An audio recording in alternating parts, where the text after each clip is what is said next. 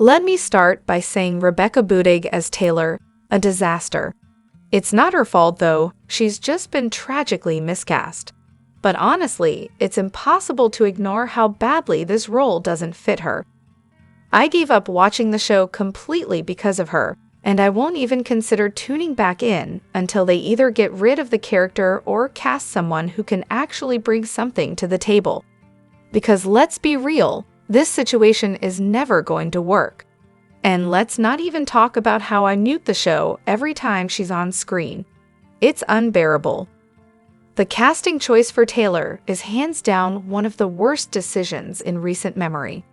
Honestly, the show seems to have taken a nosedive since her arrival.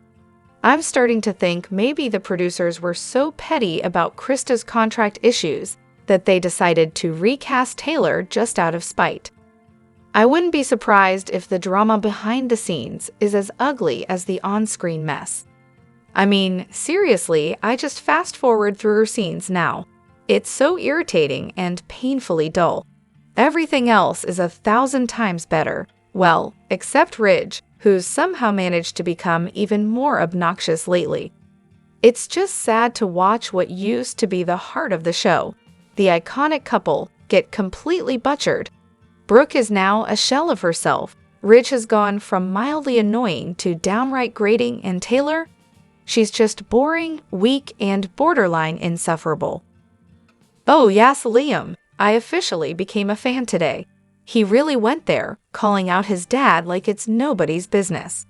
Bill, that bully of a father, deserved every word of it.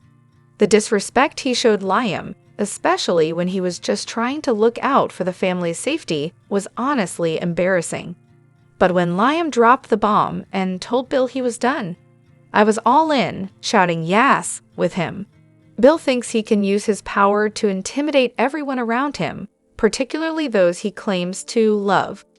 Liam needs to stick to his guns and not take back a single thing he said. The guy actually has a real education and, let's be honest, probably enough savings to break free from his father's suffocating control. He could easily build his own independence. And look, I'm just waiting for them to set up that whole, starting their own company storyline. I can practically see it coming. Seriously though, the acting was on point. Scott Clifton nailed it. He made Liam's defiance feel real. Meanwhile, Bill was actually animated for once, which is a welcome change from him being a mumbling mannequin. Now, the stage is set for Liam to throw on his superhero cape and save Hope.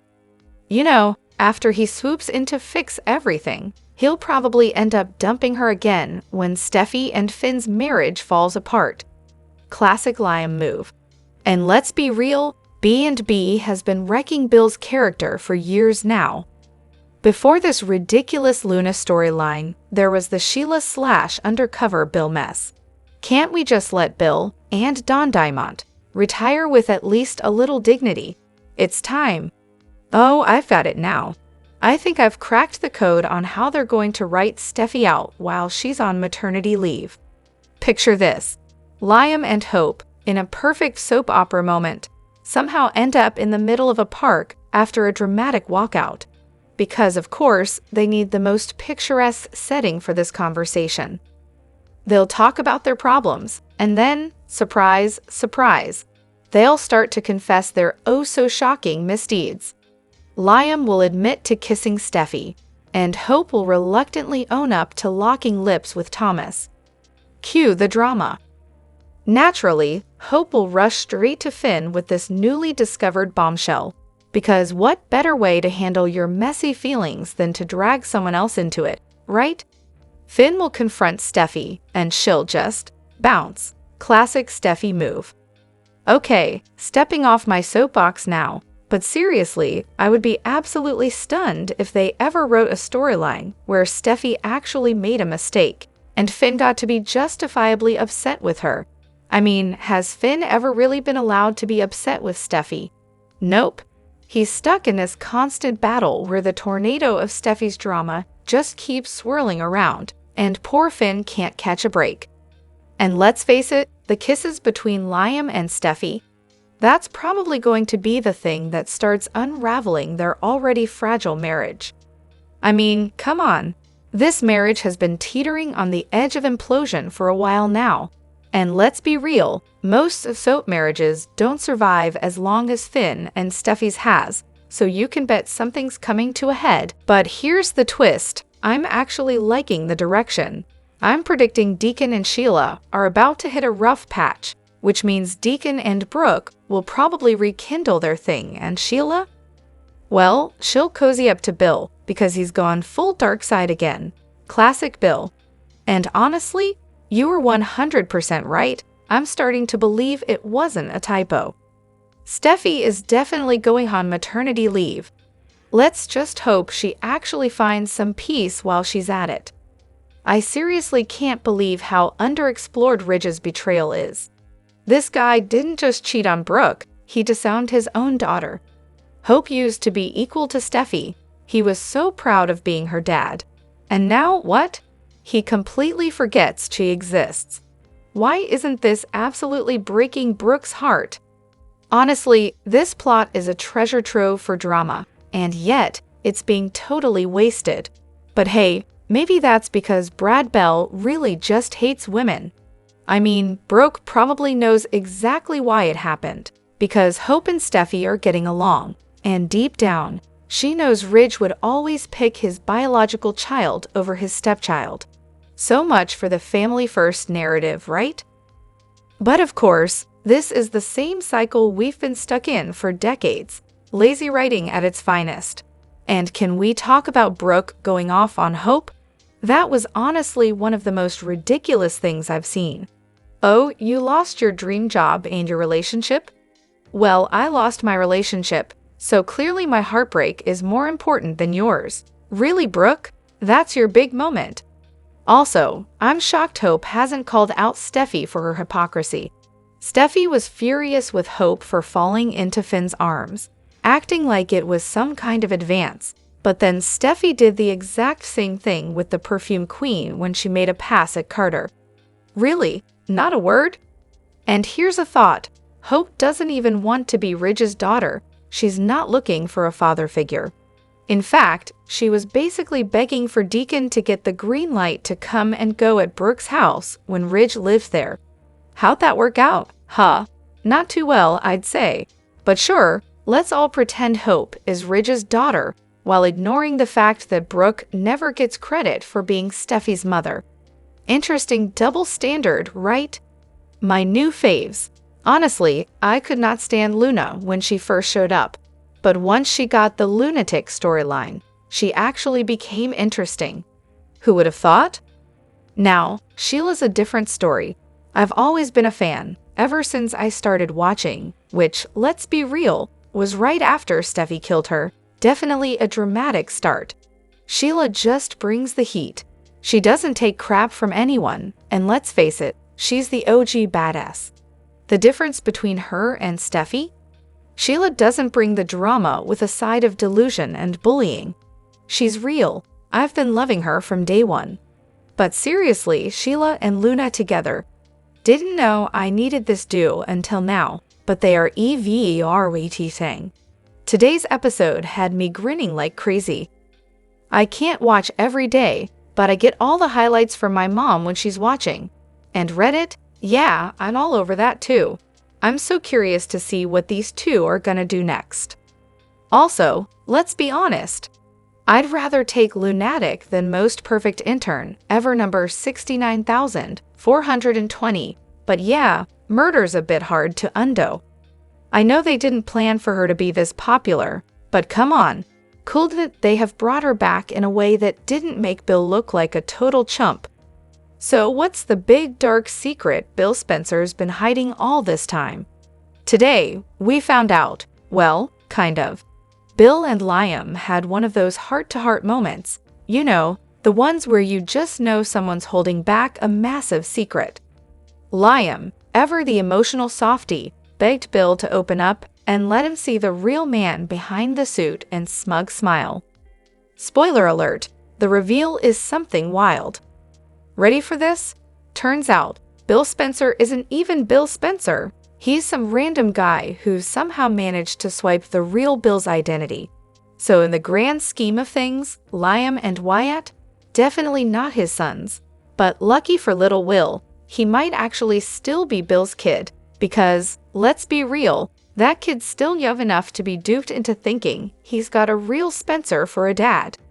Is there, like, a therapy group for people who can't stop obsessing over the bold and the beautiful? Because I really need one. Yesterday, when there was a whole episode with no Brooke, Ridge, or Taylor, I honestly felt robbed. I mean, who needs a plot when you can have these three making their drama-filled entrances? But of course, when they don't show up, I end up sitting there like a lost puppy, wondering what's the point of even watching. I know it's wrong, okay? But come on, I've been watching since day one. I'm just so used to seeing Brooke's face every day.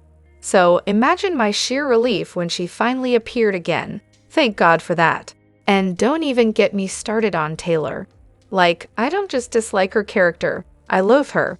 And the actress? Yuck. But somehow, if they're going to show her being a hot mess, I'm all in. I don't know what it is about her dancing around making root beer floats moments, but it's like I hate it, yet love it. It's like a train wreck you can't look away from. Truly, this show is a sickness. I get it, same. I've been a total Brooke stan since before Taylor even showed up. Ridge was all about Brooke, but of course, Stephanie had to do her best impression of a villain, meddling and forcing him to marry Caroline, who was basically as exciting as a soggy napkin. And despite all of Brooke's questionable decisions, she's always been the one for Ridge. Though at this point, he doesn't even deserve her. As much as I can't stand Taylor and her holier-than-thou attitude, I will admit, Hunter Tylo was spot on as Taylor. The current actresses, not so much. Krista Allen and Rebecca Budig might be great at other things, but as Taylor, they look like they're 10 years too young for the role. Seriously, it's like watching high school drama. They're great actresses, just not right for Taylor. And then there's Thorsten Kaye as Ridge. Ugh, don't get me started. But here's the thing. Despite all my complaints, I still get bored when the show doesn't focus on those three. Like, yeah, I know the triangle is overdone, but there's something so delicious about seeing Ridge commit to Taylor, leave her at the altar, and then crawl back to Brooke. It's like classic soap opera gold. And Taylor? Oh, her desperation to win Ridge's love is comedy gold. The more humiliating, the better. Every time she gets her hopes crushed, pure entertainment. As for Brooke, she deserves better than all this groveling, but I guess watching her do it is just another part of the show's tragic charm. Pollyanna Electra? Really? Are we really supposed to believe that this delicate, innocent China doll of a character is suddenly going to march up to the door of a known murderer? Oh, and did I mention Luna is a murderer too?